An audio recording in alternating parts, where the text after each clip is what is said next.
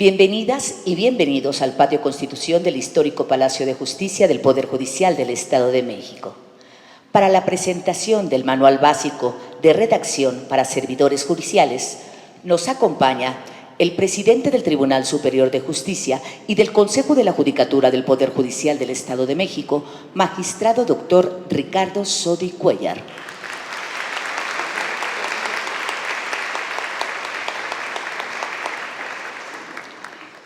El asesor de la Oficina Especializada de la Presidencia del Poder Judicial del Estado de México, doctor Sadot Sánchez Carreño.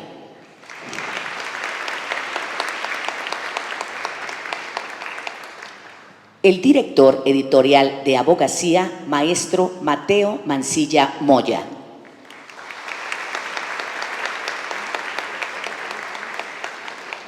El director del Centro de Investigaciones Judiciales del Poder Judicial del Estado de México, doctor Juan Carlos Abreu y Abreu.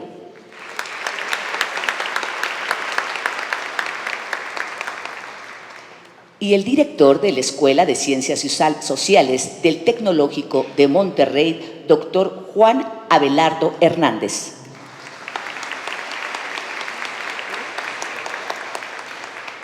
Para dar inicio, dejamos el uso de la palabra al director del Centro de Investigaciones Judiciales del Poder Judicial del Estado de México, doctor Juan Carlos Abreu y Abreu. Bien, pues muchas gracias. Yo creo que es difícil hablar de algo en lo que uno está involucrado de primera intención. Esperaría uno que las loas vinieran primero y luego sentirse gratificado. Bien, Manual Básico de Redacción para Servidores Judiciales. Arduo trabajo para llegar a ello. El planteamiento original, el que impulsó el doctor Sodi, nuestro magistrado presidente, desde hace 3 años, fue plantear un manual de estilo que tuviera una serie de vectores, no solo de redacción estrictamente, sino de las formas, de las formalidades propias dentro de un tribunal a nivel forense, ¿no? El documento original fue monstruosamente inmenso, absolutamente inmanejable.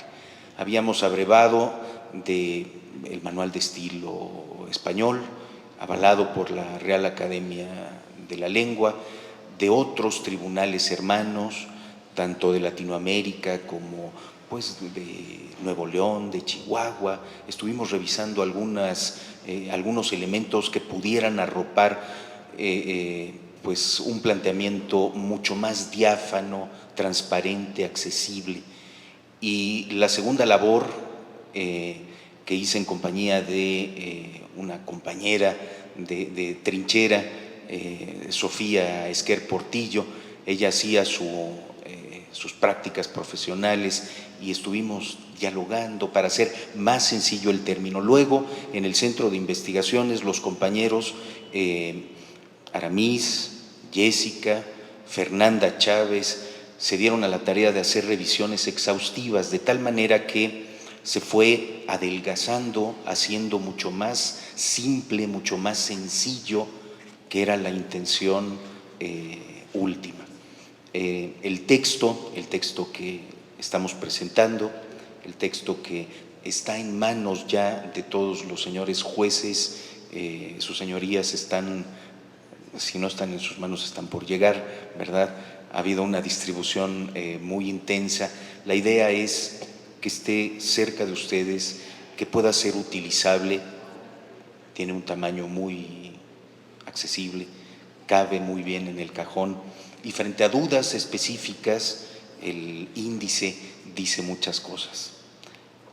Redacción y lectura van absolutamente de la mano. Creo que el mayor invento que ha hecho el hombre sobre la faz de la tierra a lo largo de toda la historia es la escritura. Mediante la escritura logró narrar, contar, sí, contar primero cuestiones, unidades, ¿verdad?, sumando o dividiendo, restando, pero también contar historias. Y efectivamente, quienes somos voraces lectores, quienes la lectura representa una parte importante de nuestra vida, no podemos sustraernos también de escribir. Los trabajos escolares, los ensayos, a veces cuando uno se siente ilusionado, romántico, un verso, un poema, pues eso nos llena. Leer y escribir van de la mano.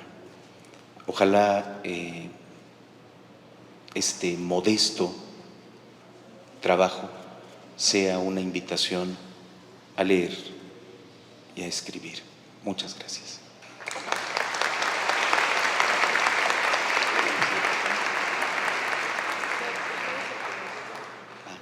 Muy bien. Rogaría yo al querido doctor Juan Abelardo Hernández, en el extremo, si pudiera darnos algún punto de vista sobre el texto que estamos presentando. Muchas gracias. Muy buenas tardes. Tengan todos ustedes, señor presidente. Gracias por la invitación.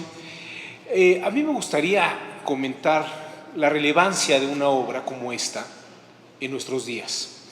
De hecho, recuerdo cuando yo comencé mi formación de secretario de estudio, me recomendaban la lectura de un texto del magistrado Marroquín para aprender a hacer sentencias.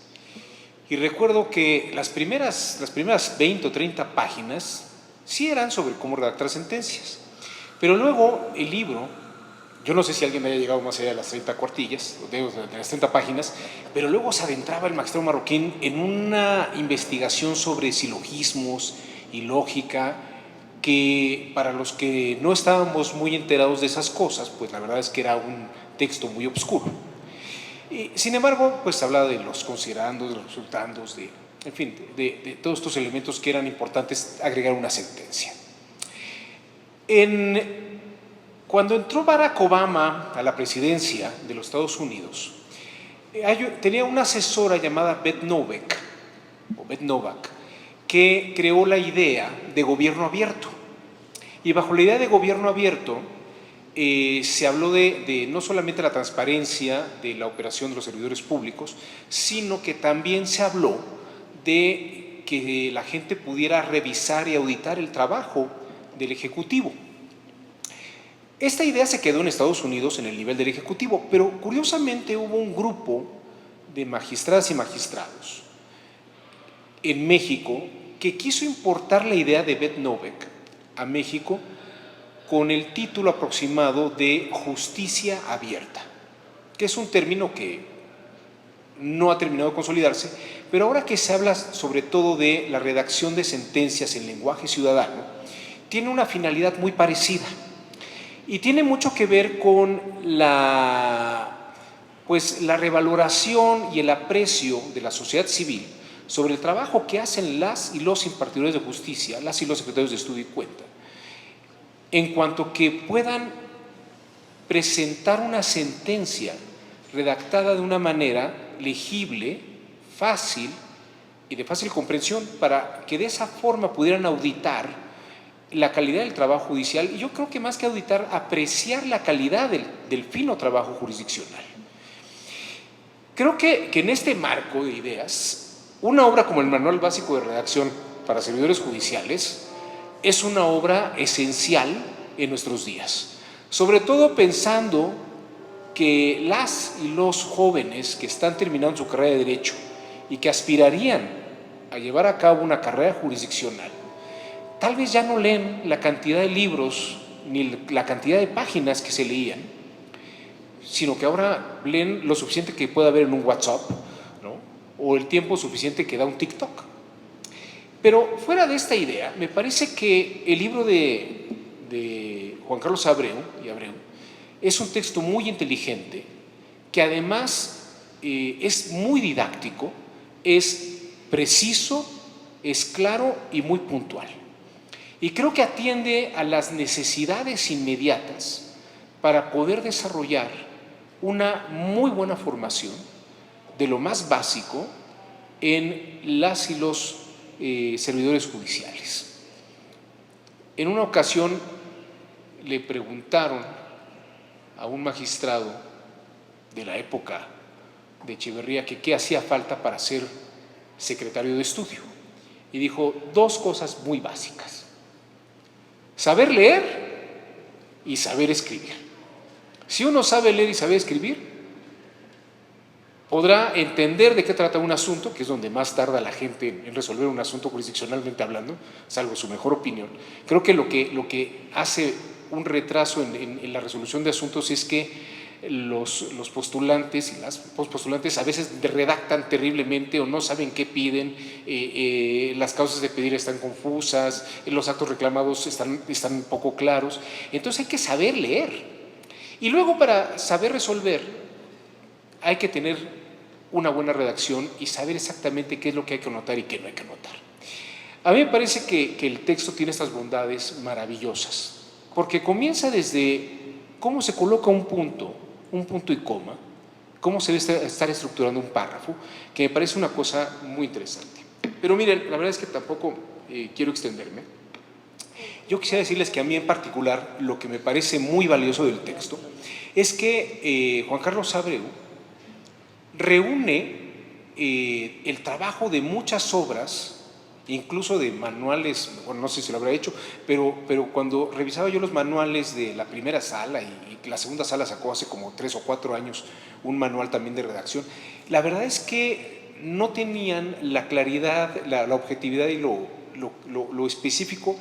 Este texto es un verdadero vademecum esencial para los que quieran redactar una sentencia o un documento en el Poder Judicial. Y a mí básicamente me encantaron dentro del texto 2 apartados que están en la página 60 y 61, que es, bueno, en la página 60 se habla sobre la motivación, la fundamentación, la congruencia. Esto es maravilloso, porque hablar de la congruencia es precisamente que las ideas estén secuenciadas, organizadas. Y dentro de las reglas de redacción, dentro de las reglas de redacción, precisamente dice, hay que tener corrección. El contenido del texto debe atender a las reglas de la ortografía del español.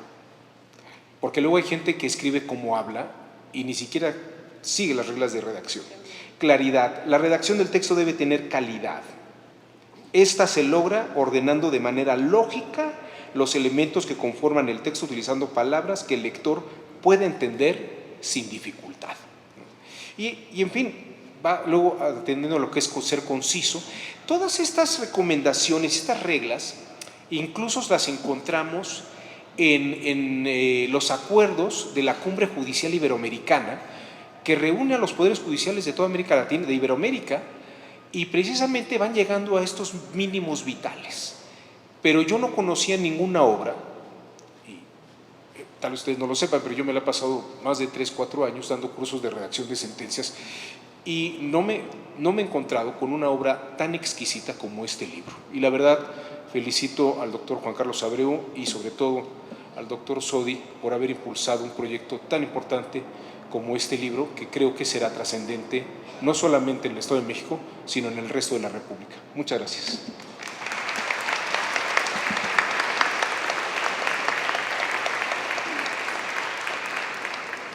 Quiero dar la palabra al querido amigo, al maestro Mateo Mancilla Moya, con la finalidad igual de que nos conceda algunas palabras sobre este texto que estamos presentando. Muchísimas gracias. Muchas gracias también al magistrado presidente, al doctor Sodi, al doctor Abreu por esta invitación, y a todas y todos ustedes por venir esta tarde a compartir un espacio de reflexión en torno a un libro que en principio para cualquiera podría parecer otro instrumento técnico aburrido, ¿no? Como un manual para redactar, ¿no? Para los funcionarios del Poder Judicial, pero que sin embargo me parece que cumple un triple propósito, un triple esfuerzo que ha hecho este Poder Judicial del Estado de México, y que me parece sumamente relevante porque sirve como modelo para otros poderes judiciales. En primer lugar, ¿no? Y el primer esfuerzo que me gustaría destacar es el esfuerzo de generar un instrumento práctico tanto para quienes operan la institución del Poder Judicial, como para quienes son los justiciables.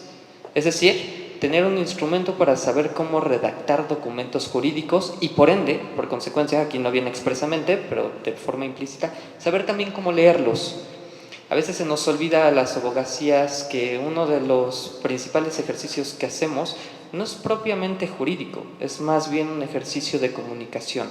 La comunicación es profundamente trascendental para quienes nos dedicamos al derecho, nos dediquemos o no a la impartición de justicia. Un manual que nos permita homologar o tener un sistema de criterios básicos para comunicar el derecho es el primer gran esfuerzo, tanto para quienes, insisto, para quienes imparten justicia como para los justiciables. En segundo lugar, este esfuerzo no es aislado, se inscribe en un contexto en el que este Poder Judicial, a través de su Escuela Judicial y de su Centro de Investigaciones Judiciales, han venido publicando una serie de textos que ayudan a acercar a la gente al derecho. Esta es la segunda parte y que también me parece muy importante. Es una forma, digamos, de democratización del derecho, ¿no? El poder comunicarlo, el generar un instrumento de comunicación claro para todas las personas, es una forma de hacer el derecho para todas las personas. No hay de otra. Lo sabemos y este es uno de los grandes debates actuales. La forma en la que se ha comunicado jueces, juezas, magistrados, magistradas, ministros, ministras, de alguna forma también ha hecho inaccesible el derecho a la comunidad en general que no tiene una formación especializada técnica jurídica, ¿no? Entonces, bueno, tener una colección editorial, una serie de libros que ayudan a acercar al derecho a la gente es el segundo esfuerzo que me gustaría destacar.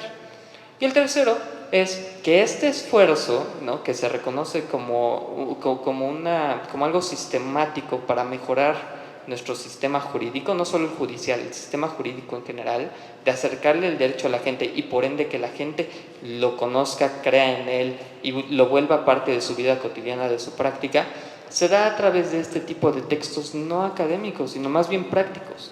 Necesitamos cosas prácticas que ayuden a que la gente, seamos abogados, abogadas o no, podamos acercarnos a este tipo de temas.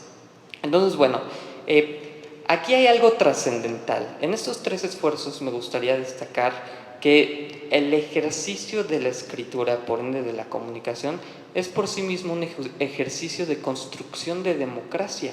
No puede haber democracia ahí donde la gente no conoce el derecho y por ende donde tampoco lo practica y por ende donde tampoco cree en las instituciones porque no las entiende y no se puede comunicar con estas.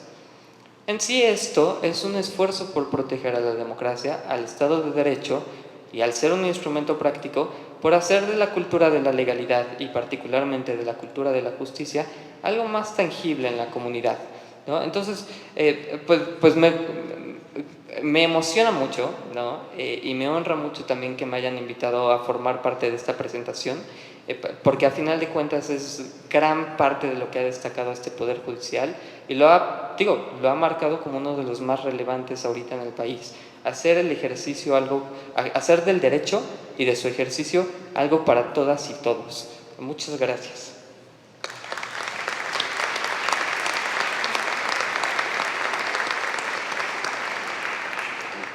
Le ruego al doctor Sadot Sánchez Carreño nos conceda igual sus apreciables palabras.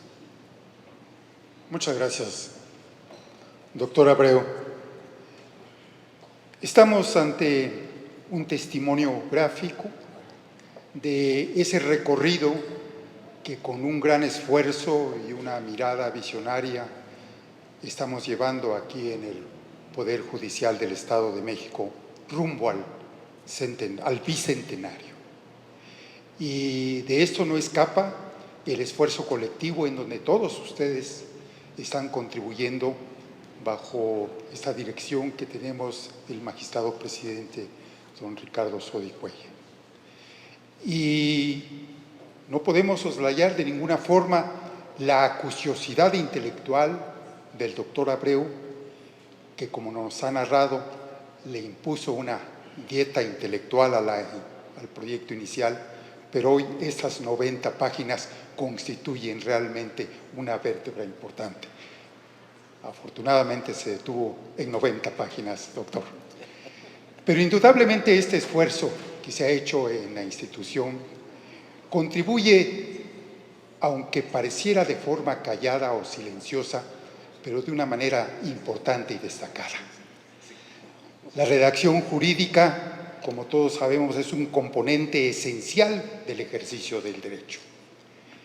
Y este manual básico de redacción para servidores judiciales constituye una destacada, importante, insustituible herramienta para homologar, enriquecer y mejorar la elaboración de los documentos. Y en ello no solamente será beneficiada la institución en este ejercicio de impartir justicia y de decir el derecho. La actividad, la función jurisdiccional y el ius dicere resalta el ADN de la palabra, el ius dicere. Y la palabra se convierte para nosotros en un insustituible vehículo para la justicia. En este texto, con una síntesis apretada, como nos decía el doctor Abreu, a través de los 5 capítulos, señala cada una de las fases que ya se han mencionado, desde la puntuación, la redacción, la coherencia que debe de haber en los documentos, pero sobre todo algo que destaca y que reitera de manera recurrente en el texto, la claridad. Hoy, quizás uno de los retos, ya lo comentaban, ante este desafío que tenemos de la comunicación, es la claridad. Es lograr que la palabra realmente constituya esa avenida, ese camino por donde transite el pensamiento de manera clara. Y hoy, sobre todo, que en un aspecto tan importante como es la resolución de los asuntos judiciales, existen una serie de desafíos que se presentan por la incorporación de temas que hace apenas unas décadas resultaban ajenos. Hoy, una sentencia debe de tomar en cuenta todo lo que se refiere y lo que tenemos nosotros en los protocolos de los distintos temas en que se ha ido avanzando de manera gradual. El lenguaje que nos impone los protocolos con la perspectiva de género. Hoy las sentencias no tienen esa libertad que hace algunas décadas, sino que tienen ciertas limitaciones para que podamos en esos conceptos utilizar el lenguaje inclusivo, la neutralidad de ciertos conceptos. Al lado de esto, tenemos también el reto del interculturalismo jurídico, que recién se acaba de incorporar en nuestra ley orgánica, también con esta iniciativa que tuvo el presidente Sodi. La diversidad cultural hoy se hace presente y se hace letra viva en lo que van a ser las resoluciones. Y estamos también ante el reto de las resoluciones que tienen o afectan de alguna forma a la infancia. Incluso se solicita que las sentencias sean totalmente claras y se utilice un lenguaje comprensivo para quienes están dirigidas en el caso de la infancia. Y apenas estamos ante esos retos y ya está entrando por el umbral de esta puerta el reto digital, que nos va a imponer también una serie de situaciones. De ahí la importancia que tiene este manual, que va a constituir, que es ya una referencia como una herramienta útil para lo que nosotros necesitamos en nuestro ejercicio cotidiano y que, repito, no solamente significa un beneficio para la institución, para decir el derecho, sino fundamentalmente para la sociedad y sobre todo para los justiciables. La palabra hoy cobra una nueva relevancia, así como la tuvo a principios, en las primeras décadas del siglo pasado, en donde, como ustedes recuerdan, en las referencias históricas que tenemos, en los juicios orales, se erigieron lo que fueron los titanes de la oratoria forense como Querido Bueno, Nemesio García Naranjo, José María Lozano, Francisco Olaguibel, que eran todos unos tribunos que hacían de la palabra el método, la forma, la herramienta que permitía esclarecer, pero sobre todo que realmente se declarara la justicia. Hoy estamos ante una situación que nos permite tener y contar con un elemento importante. Y como lo comentaba Octavio Paz en uno de sus escritos, la palabra es un signo del ser que se vive a sí mismo. Hoy diríamos, somos lo que son nuestras palabras. Felicidades, doctor Abreu. Muchas gracias, presidente.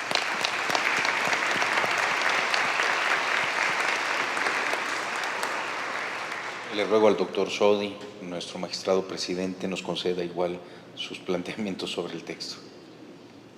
Muy bien, muchas gracias.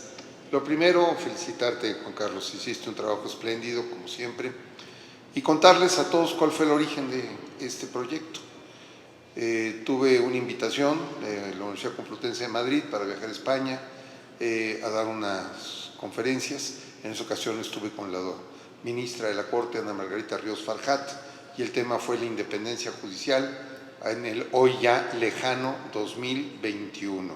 Se ve muy lejano, ¿verdad? Y donde hablábamos de independencia judicial en la Complutense de Madrid. Bueno, y va siendo mi sorpresa que en la biblioteca de la Complutense me encuentro con el Manual de Estilo del Poder Judicial de España, coeditado con la Academia de la Lengua Española. Inmediatamente lo compré y me lo traje. Y el encargo fue: Juan Carlos, queremos el nuestro para el Poder Judicial del Estado de México. Y así se hizo. Lo malo es que lo puso a dieta. A ver, Juan Carlos, a dieta me tenías que haber puesto a mí. Pero el resultado fue maravilloso.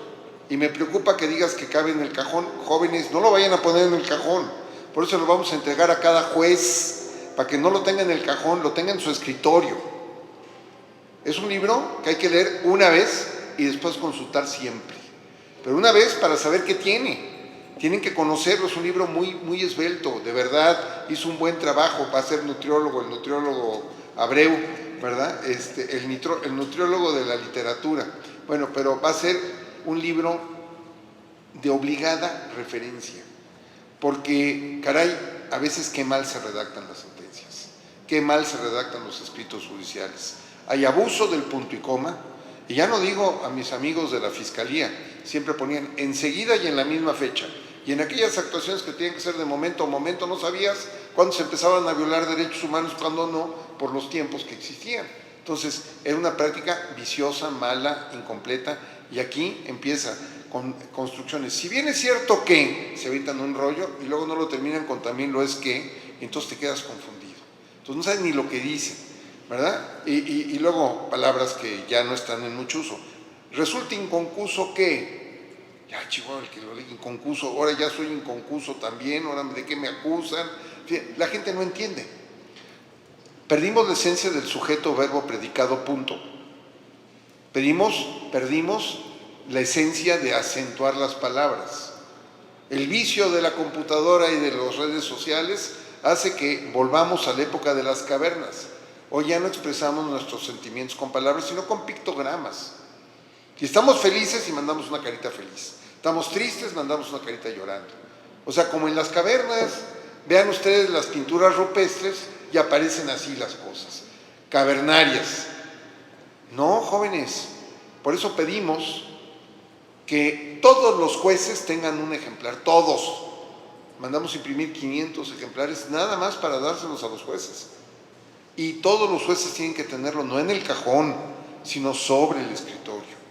Aquí veo compañeros jueces laborales, mercantil, en fin, por favor, lean, familiares, civiles, ténganlo encima de sus escritorios y léanlo, porque de lo contrario no le van a sacar jugo, no le van a sacar provecho, y después consúltenlo frecuentemente y obliguen a sus compañeros en los diferentes tribunales y áreas jurisdiccionales a usarlo. Para eso es. Pero además lo pueden descargar gratuitamente de la página de Tirán Leblanc, y tiene aquí su código donde lo pueden tener acceso gratuito. Es para que se use. Habrá que difundirlo también en las barras, asociaciones y colegios de abogados, porque también es un gran problema la ausencia de redacción. Yo que soy profesor universitario, la tristeza que me da cuando mis alumnos no saben leer de corridito, no saben leer sin faltas de ortolabia, no saben escribir sin faltas de ortografía. Entonces es una vergüenza que un abogado cuya herramienta es el lenguaje, como lo dijo Sadot, no sepa utilizarlo adecuadamente, no comunica adecuadamente. Tenemos un lenguaje muy rico, muy importante. También cayó en mis manos el manual de estilo del Bundesgerichtshof, que es el Tribunal Federal Alemán, que tiene su manual de estilo. Y para poder litigar en un tribunal alemán de corte federal, tienes que pasar un examen de redacción utilizando esas reglas. Está peor todavía, porque además si el alemán es difícil, ahora imagínense el alemán jurídico y las exigencias para redactar sentencias o promociones en alemán jurídico. Entonces, otros países lo están haciendo, ¿por qué México no? Creo que Nuevo León tiene un antecedente y hasta donde yo sé, nadie más. Entonces, Juan Carlos hizo un espléndido trabajo de búsqueda, pero también un examen de síntesis, por una razón. Si tú ves un libro gordo, grueso, grande, lo pones para que te sostenga el resto de los libros en tu librero. Y si te preguntan, ¿lo leíste? Por supuesto que lo leí y ni siquiera lo has abierto, ¿no? Todavía tiene hasta el plástico que lo envuelve. Pero si el libro es esbelto, breve, chico, pequeño, pues por lo menos vas a tener la curiosidad en tus ratos de ocio de leerlo, verlo y ver qué te sirve. Oye, a ver, punto y coma, ¿cuándo lo uso? Bueno, pues entonces ya lo ven, lo leen y lo usan. Entre más breve sea un manual y más fácil su consulta, va a ser mucho más utilizado. Entonces, la verdad, un trabajo espléndido. Felicidades, Juan Carlos. Se cumplió una expectativa muy buena y sobre todo creo que tenemos que comunicar mejor. Los abogados no sabemos comunicar bien. El otro día me preguntaban, ¿qué hace un poder judicial? Pero lo peor es que me lo preguntaba un senador de la República. Me dijo, bueno, ¿y qué hacen ustedes? Le dije, poca cosa, mantenemos la paz social, resolvemos los conflictos que hay en la sociedad, nada más eso. Fuera de eso, nada. Pero mantener la paz social, preservar el Estado de Derecho, componer las dificultades sociales, es algo muy importante. Acuérdense que nos enseñaron en primer año de leyes. Donde hay sociedad, no hay derecho, hay conflictos. Donde hay sociedad hay conflictos. Y donde hay conflictos debe existir el derecho para resolverlos. Y para resolverlos estamos los jueces. Así es que los jueces tenemos una misión muy importante, que es mantener esa armonía y los canales para solucionar los problemas sociales. Y si no lo sabemos comunicar adecuadamente, si lo que escribimos nadie lo entiende y si lo que explicamos nadie lo asume, entonces estamos haciendo mal nuestro trabajo.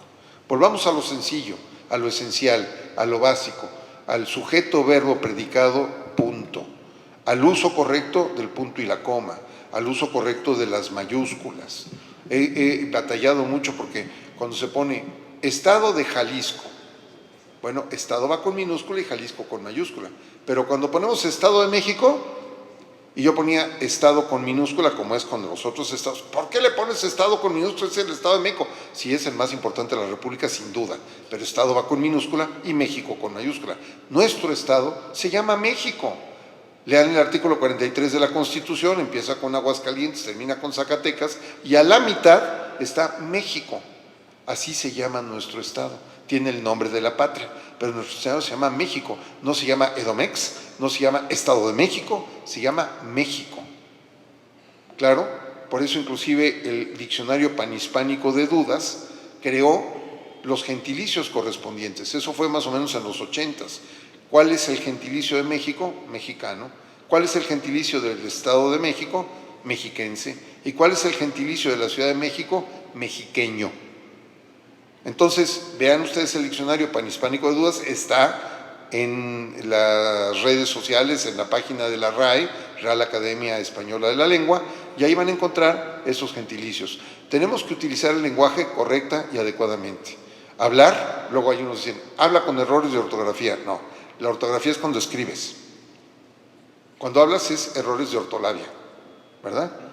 Las faltas de ortografía son un mal de transmisión oral, así decía José Emilio Pacheco en una de esas novelas, porque vemos una cosa mal escrita y la seguimos escribiendo mal.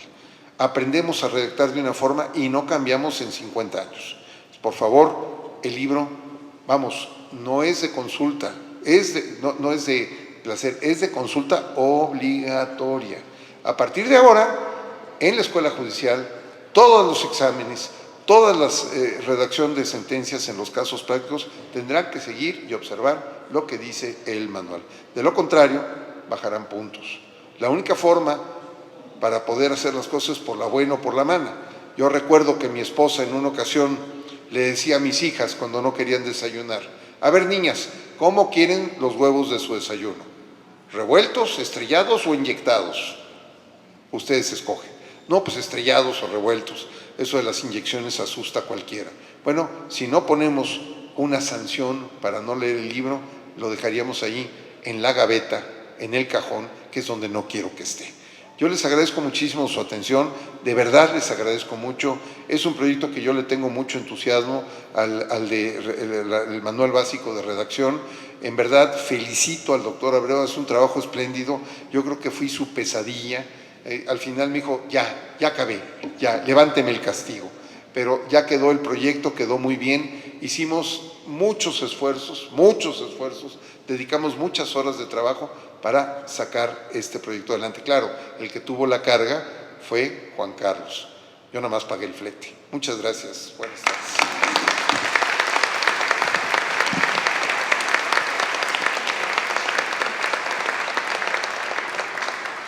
Muchas gracias por su asistencia a todas y a todos ustedes. El Poder Judicial del Estado de México agradece su presencia, deseando que tengan una buena noche.